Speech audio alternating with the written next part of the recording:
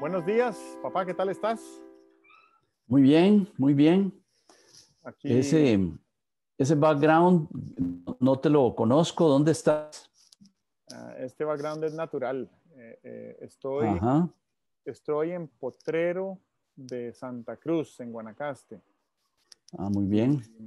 vine en una función que he logrado denominar esta semana como de teletrabajo intermitente. Ah, muy Entonces, bien. he Ok. tenido eh, días de intenso trabajo, pero días intermitentes de trabajo. Entonces he podido Sí, disfrutar de la naturaleza y el aire libre y compartir tiempo con la familia, pero también hacer algunas cosas de valor en la comunidad y en los alrededores y también de manera virtual. Entonces, muy bien. estoy complacido, pero también ha sido una semana muy caliente y creo que nos hace Sí, falta el frescor de la capital. sí. Hasta ahora se ha puesto la temperatura como como de marzo, ¿verdad? Es cierto. Sí.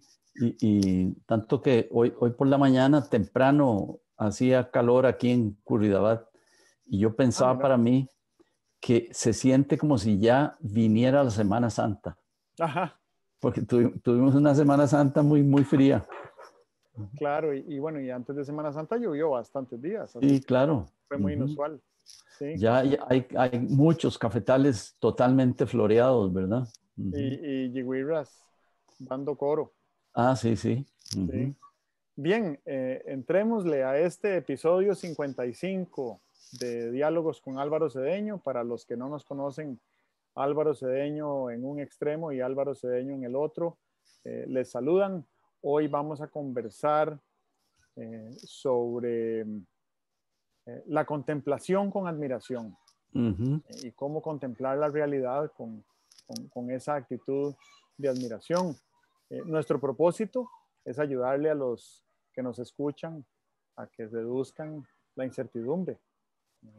Tal vez podríamos decir incluso que aumenten la certidumbre, la confianza y la esperanza en un porvenir próspero, ¿verdad? Ujú. Mm, Vivimos actualmente en medio de realidades que son maravillosas, pero nuestras respuestas no corresponden con ese nivel de maravilla, ¿verdad? Claro, Eh, claro. entonces, tal vez nos formulamos algunas preguntas y partimos de ahí para conversar. Por ejemplo, nos hemos detenido a contemplar las maravillas que nos rodean.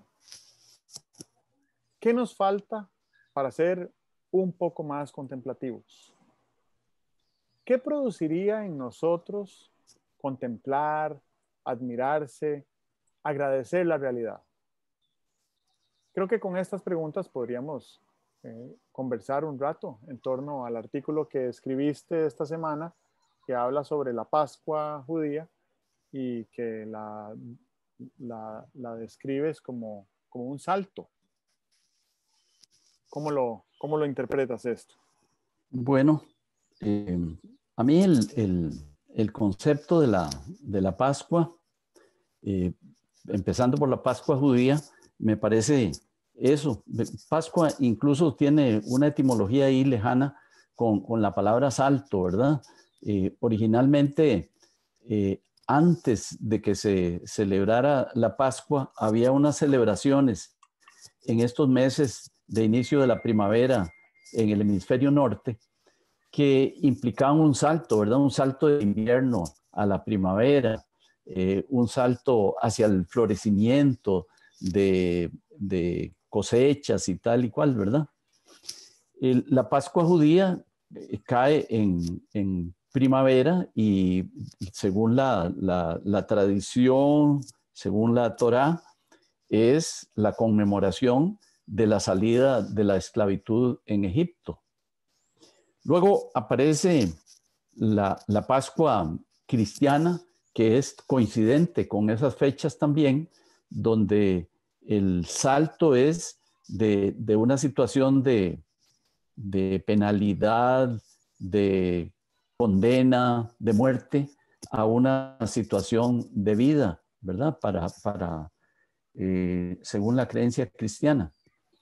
Y entonces, a mí siempre me ha gustado pensar, independientemente de modelos religiosos, que es conveniente que tengamos la posibilidad de conmemorar esa dinámica de cuando pasamos de una situación a otra situación mejor, de cuando pasamos de una situación de, por ejemplo, inactividad a una situación de actividad, cuando pasamos de, por ejemplo, una zona de confort a una zona de creación en la cual estemos empeñados con energía y con visualizaciones de cómo abandonar lo que era la zona de confort para producir algo de valor.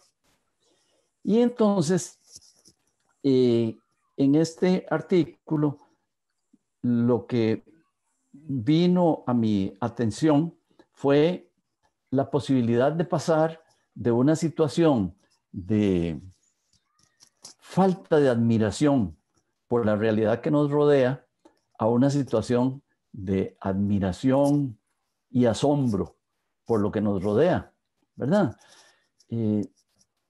Hace muchos años que, por ejemplo, las moscas me maravillan. Yo he tenido siempre un duelo con las moscas. Me parece que son muy antihigiénicas y me parece que hay que eliminarlas y tal y cual. Y entonces aprendí a cazar moscas con la mano, ¿verdad? Pero siempre me ha maravillado lo listas que son. Entiendo que lo que tienen es una visión multidireccional. Y entonces no hay forma de acercársele a una mosca sin que te vea. Desde cualquier ángulo que te acerques, te está viendo. Por ahí he visto, y es maravilloso, ¿verdad? Cómo algunos zoólogos describen el ojo de una mosca, que no es como el nuestro, que es un ojo esférico, sino que es un ojo poliédrico, ¿verdad? Y en todas esas caras tiene percepción visual, de tal manera que no hay forma de sorprender a una mosca. Me parece una maravilla. Esto es un animalito ahí tan elemental, un zancudo, un mosquito, ¿verdad? Una hormiga. Edward Wilson, que es... ya murió Edward Wilson, no me acuerdo. No. Pero es un biólogo, no muerto, ¿verdad? No. Ok, es un biólogo y cuenta por ahí en un libro donde habla de su vida, de cómo desde niño le encantaba contemplar los hormigueros. Y es que realmente, si contemplas un hormiguero, especialmente cuando las hormigas están trabajando, trasladando hojas y tal, van ahí en un determinado orden, unas regresan en un determinado orden, se comunican sin la menor duda. Los zoólogos saben que se comunican mediante feromonas y así llevan la dirección y así se ayudan y tal. Eso me parece que es una maravilla. Y vemos un hormiguero y pasamos por ahí sin detenernos a experimentar asombro, ¿verdad? Y claro, la pregunta que me hago es, ¿de qué nos estamos perdiendo si no nos asombramos con esas cosas tan maravillosas que nos rodean? Claro, me parece que hay una frase que no estoy seguro si es de Edward Wilson, pero sí es de Rodrigo Gámez, quien es un ferviente admirador de Edward Wilson. ¿Sí? Y don Rodrigo dice, y bueno, es una frase que se conoce a nivel internacional, que no podemos cuidar lo que no amamos y no podemos amar lo que no conocemos. Claro. Referido a la biodiversidad, ¿verdad? ¿Cómo no? Entonces, cualquier forma de vida, si uno la observa con detenimiento, no solo desarrolla aprecio por ella, sino que también le generará preguntas que son importantes de formularse para entender cómo hace un árbol para llevar nutrientes a las ramas de más arriba. Claro. ¿Cómo sube? ¿Cómo suben esos nutrientes por los troncos y por las ramas y por los tallos? Ujú. No tienen, no tienen un sistema mecánico de energía, pero sí tienen unos sistemas Sí, mecánicos que funcionan con diferentes presiones y con diferentes grosores de los conductos por donde sube y baja la savia del árbol.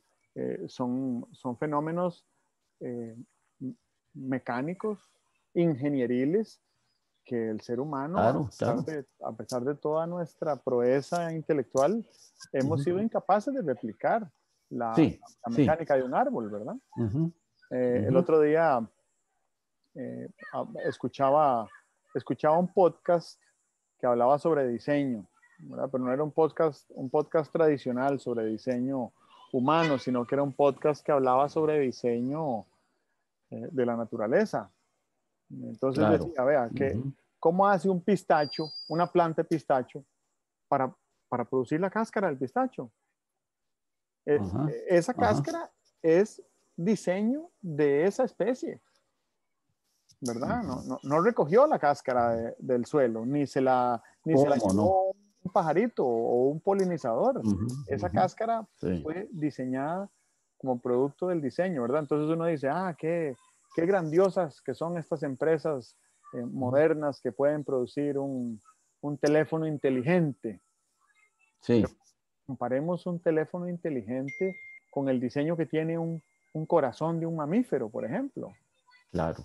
Ujú. Imposible comparar, o sea, no- no- nos falta, nos falta muchísimo para llegar a tener la capacidad de diseño que tiene la naturaleza. Entonces, si toda forma de vida tiene criterio de diseño, podríamos aprender de ellas, ¿verdad? Claro. Ujú. Lo otro es que, ¿Verdad? ah, Que uno se pone a contemplar una hoja y una hoja es una fábrica de azúcar, ¿verdad? una fábrica de La azúcar. fotosíntesis es una maravilla, es tomar luz y producir azúcar. Eso, desde luego, es que es tan presente, ¿verdad? Es tan cerca que posiblemente esa cercanía y esa presencia ha ido aletargando nuestra capacidad de asombro. Pero si uno toma una hoja y se lee ahí en la Wikipedia qué es la fotosíntesis, ¿verdad? Es como para salir a aplaudirle a todos los árboles y hierbitas que veamos por ahí alrededor. Lo otro que te iba a comentar es que estoy haciendo un pequeño entrenamiento sobre el tema de la perseverancia y dice que la perseverancia es genética en el ser humano y que nuestra capacidad de aprendizaje depende de la proclividad que tengamos para el fracaso. Porque si no tuviéramos proclividad para el fracaso, no aprenderíamos a caminar. Prácticamente Claro. como lo describen los autores es que el ser humano desde que tiene 10 meses de edad o la edad que sea que uno empieza a tener el impulso de caminar, ojo que a los 10 meses de edad a uno todavía le faltan años para caminar con, con, con efectividad, ¿verdad? Eh, y sin embargo, lo Ujú, intentamos sí. una y otra y otra y otra vez. Y en cada intento desarrollamos un poquito más no solo de habilidad intelectual sobre el equilibrio y sobre el dar pasos, sino que además fortalecemos músculos, fortalecemos las conexiones neurológicas Claro. y eso responde a una estructura genética que nos invita a fracasar. Y entonces yo no sé por Ajá. qué, pues estoy pensando en estos días que estoy haciendo este curso, por qué le hemos dado un mal nombre al fracaso, ¿verdad? Incluso Claro, la palabra claro. tiene Ujú. una connotación negativa y el fracaso es, como lo dicen los autores de este programa, el éxito es ir de fracaso en fracaso sin perder el entusiasmo. Muy bien, muy bien. Uh-huh. Un par de cosas. Una sobre los procesos de aprendizaje. Ese, el de aprender a andar, es un proceso de aprendizaje hecho y derecho, ¿verdad? El cerebro se va modificando con los intentos que vamos haciendo para aprender a caminar. Pero como está tan lejano, porque cuando caminábamos no teníamos ni un año, empezamos a caminar. A mí me gusta mucho utilizar como ejemplo el de aprender a andar en bicicleta, que ese sí ya sabíamos que nos iba a pasar si perdíamos el equilibrio y tal. Recordamos muchísimo cuánto nos costó aprender a andar en bicicleta. Pues procesos de aprendizaje como esos están presentes continuamente, ¿verdad? Cuando alguien se dedica a la actividad intelectual, debería tener presente eso para intentar muchas veces, ¿verdad? A mí me parece que parte de lo que hace el éxito de un investigador es que tenga esa capacidad de perseverancia, ¿verdad? Esa capacidad de resiliencia para hacer una búsqueda en un determinado camino y llegar al final del camino y decir, aquí no había nada, me devuelvo y vuelvo a intentar. Esas son competencias, habilidades del espíritu investigador, ¿verdad? Y cuando lees los diarios de investigación de los investigadores, te das cuenta de que ahí debe haber mucha ciencia, pero más que todo hay una serie de virtudes morales en funcionamiento, ¿verdad? Cómo trabajas meses para llegar a un resultado insatisfactorio y vuelves a empezar, ¿verdad? Eso me parece que es una de las características de un proceso de aprendizaje eficaz. Y a ti que te gusta mucho la biomimesis, me parece que uno podría hacer un paralelismo entre estas virtudes morales que hacen que el proceso de aprendizaje sea resiliente con el proceso, yo llamo así, un proceso de aprendizaje que ha estado en marcha por millones de años, que es la evolución, ¿verdad? Cuando decías de dónde le salió al tacho la capacidad de hacer esa cascarita, ¿verdad? Que cubre la semilla, bueno, le salió de cientos de miles de años de evolución, pero es una evolución que no es desordenada, sino que es una evolución que de una cierta manera tiene un determinado propósito, ¿verdad? Mira, ahora que estabas hablando de la observación científica, eh, yo soy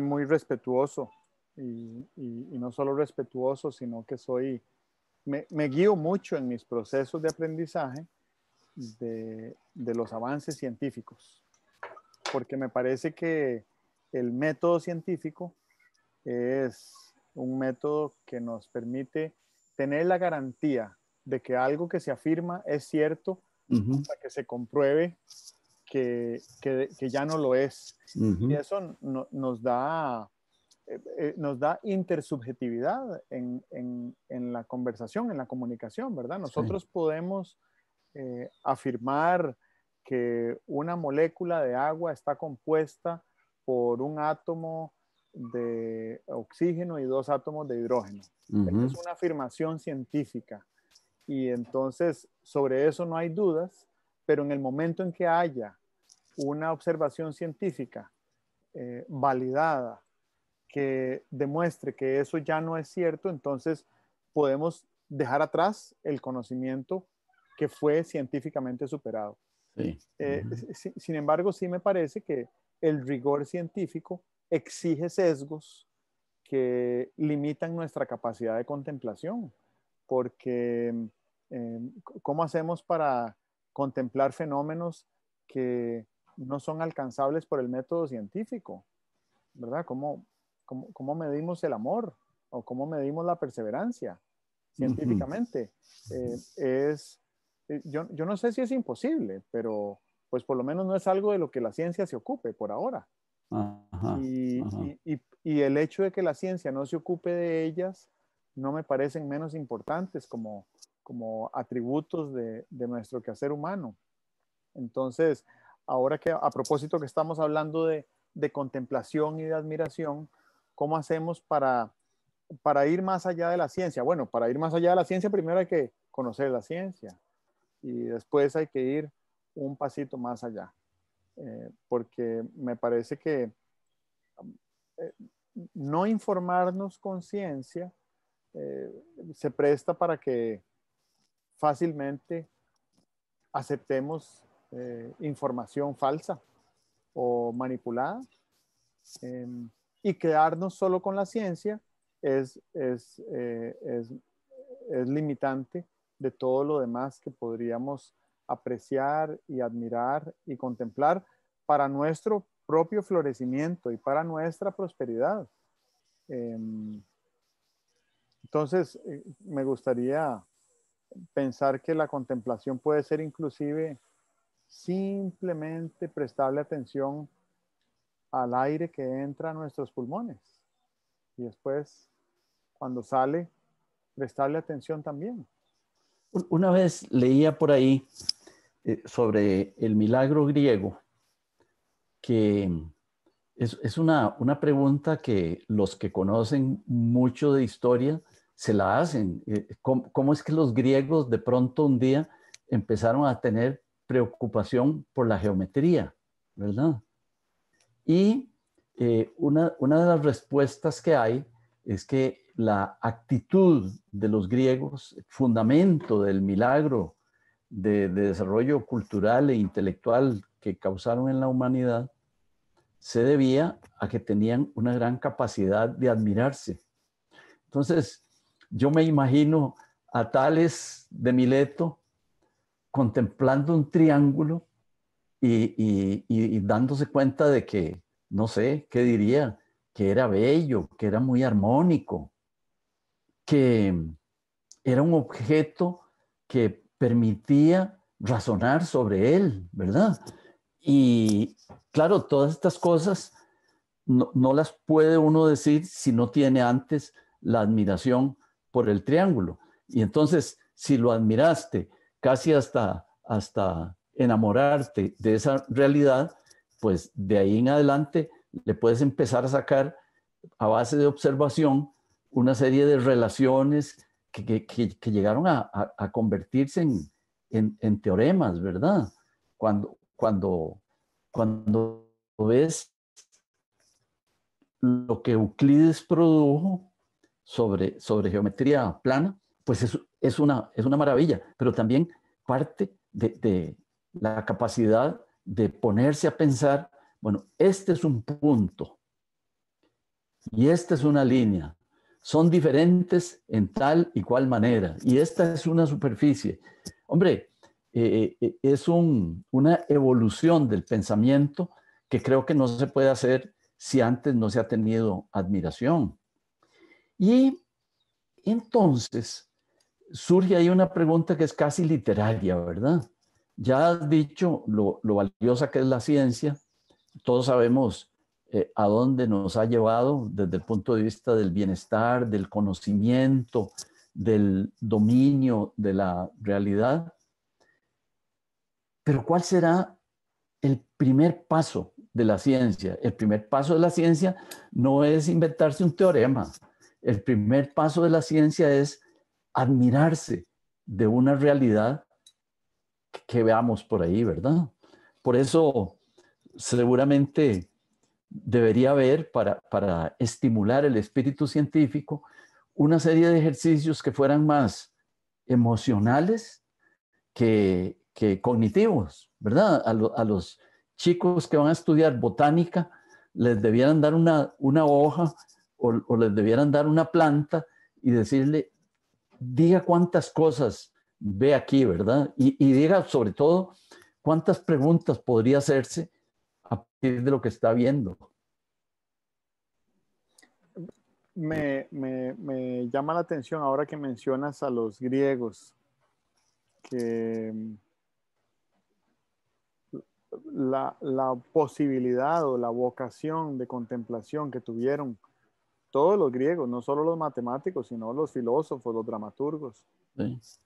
eh, es resultado de la especialización humana, porque los griegos, que fueron grandes pensadores y productores de conocimiento, no tenían que producir su propia comida, ¿verdad? Ya habían pasado miles de años desde la revolución agrícola, eh, y entonces ellos pues sí tenían que trabajar para poder comprar alimentos, pero no tenían que producir sus propios alimentos, lo cual Ujú, es ujú. un trabajo pesado. Hay otra Sí. gente que produce alimentos, que construye acueductos y que le permite a una persona, ahora que estoy estudiando sobre los estoicos, uno de ellos se dedicaba simplemente a llevar cántaros de agua a un jardín, ese era su Ah, trabajo. sí. Ah, Entonces, ujú. trabajaba lo necesario para recibir unas monedas que le permitieran comer lo mínimo y dedicar el resto del tiempo a escribir, no sé, 40 libros en su vida, una cosa exageradísima. Sí, sí. Ujú, Ese es, eh, ¿verdad? Eso es un medio que justifica los fines eh, ujú, desde el punto de ujú. vista del pensamiento. Entonces, si uno se pone a pensar cuál es el primer paso del método científico, yo creo que es reconocer que la especialización en nuestra civilización produce enormes beneficios colectivos. Sí, claro, claro, Y eso creo que es muy claro. importante. Lo otro que pensaba también mientras hablabas es que mucho después de los griegos, durante el Renacimiento en Italia, alguien como Leonardo da Vinci se esmeró desde el arte, desde la pintura y la escultura y el dibujo, a observar, a contemplar con muchísima paciencia unos fenómenos naturales que nos rodeaban, pero a los que les habíamos puesto poca atención, ¿verdad? ¿Por qué vuela un pájaro? Entonces Da Vinci se Ajá, pone a ajá, observar 17 años cómo vuela un pájaro, ujú, cómo despega del suelo, cómo toma agua, cómo es el movimiento de las alas. ujú. Empieza a estudiar eh, eh, eh, aves muertas, ¿verdad? Incluso Da Vinci empieza a pedir prestados cadáveres humanos en la morgue para poder estudiar, para poder disecar y observar cómo son las venas, cómo son los órganos internos del cuerpo humano. Y pues algunos de sus dibujos anatómicos enseñaron medicina alrededor del mundo por siglos, ¿verdad? Solo porque Sí, él se ujú. dedicó a observar como dibujante cómo es el fenómeno de la luz, cómo es el fenómeno de la sombra, cómo es el fenómeno de la proyección, de la profundidad, de la dimensionalidad de los objetos. Y son cosas muy básicas. Hay algunos cursillos en línea sobre cómo pensar como Da Vinci. Ajá, Y entonces Da Vinci pensaba siempre con un papel y un lápiz en la mano haciendo dibujos y sí, luego complementaba los dibujos con palabras, pero primero hacía dibujos porque a la hora de hacer un dibujo estaba representando mucho más que lo que las palabras podían decir de ese esfuerzo de una esfera con sombra, ¿verdad? Hay una famosa pintura de Da Vinci que es un huevo con una sombra ajá, proyectada ah, sí, y ujú, él duró años produciendo esa pintura del huevo, porque no le salía perfecta la sombra, ni le salía perfecta la sí, textura del huevo, ni la forma del huevo. Entonces, eso es algo que nosotros, pues, deberíamos de poder hacer, que es estar presentes en lo que hacemos. Y es estar presentes, mm, no hay otra forma de hacerlo más que prestar absoluta atención a cada cosa que hacemos en este momento, ¿verdad? Creo que nos hemos dedicado a concentrarnos en los productos de nuestra acción, más que en los procesos de nuestra acción, ¿verdad? Eh, Vamos a ver, si estás haciendo algo, ¿verdad? Vas a hacer arroz, estás pensando en el arroz ya cocido y sabes el proceso por el cual llegas a eso, pero entonces saltas sobre el proceso a la espera, casi con ansiedad de que el proceso termine. Y entonces, cuando hablas de estar presente, de lo que deberíamos asegurarnos es de estar presentes en todas las etapas del proceso que conduce a un resultado. Nos hemos hecho muy resultadistas y eso creo que conspira contra la contemplación, ¿verdad? Casi en cualquier cosa, casi en cualquier cosa, comemos intentando terminar, porque tenemos un cierto horario para comer y bueno, ya terminamos de comer. y deberíamos desde percibir adecuadamente cómo sentimos el hambre, estar presentes en nuestro apetito, hasta sentir cómo es el proceso de la masticación, cómo va llegando la saciedad, etcétera.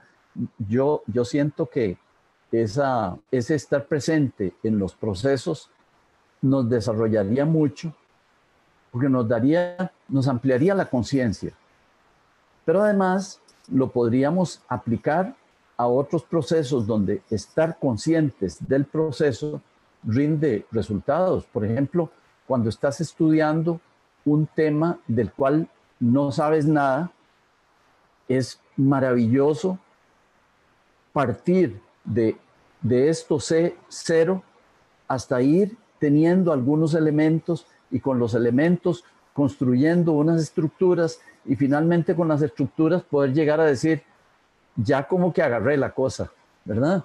Eso me parece que es maravilloso.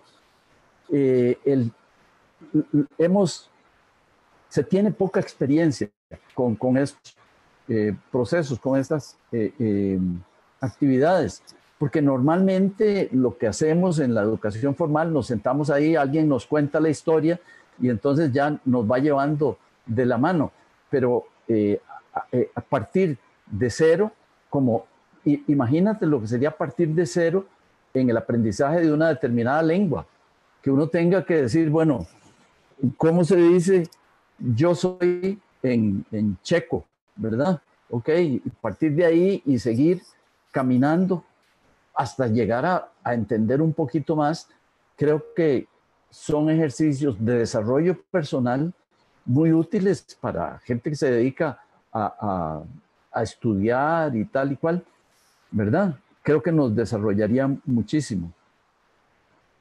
Justamente ese ejemplo que das de aprender otra lengua es un buen ejemplo de lo que sucede en educación intercultural. Y es que no hay objetivos ni metas. Ajá.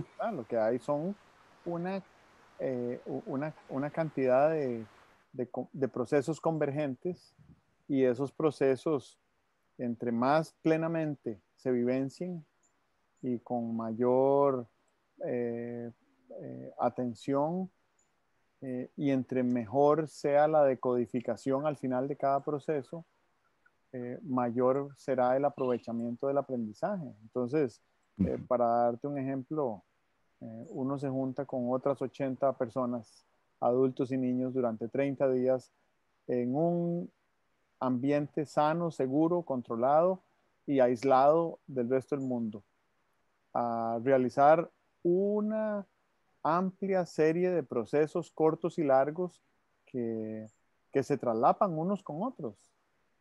Y no hay objetivos, no hay metas, no hay incentivos. Lo que hay es convivencia y experiencias que son no planificadas, algunas, otras pues se planifica como la estructura básica Sí. o las reglas básicas, pero qué sucede en la interacción nadie lo sabe, nadie lo puede pronosticar. Claro, claro. Y al otro lado de esos procesos, lo que hay es una colección de aprendizajes individuales y también grupales que, que son enormemente valiosos, entre otros, aprender algunas expresiones en otros idiomas de gente Sí. que formaba parte del grupo, ¿verdad? Así es. A mí me parece que hay eh, algunos presupuestos en un encuentro intercultural que conviene resaltarlos.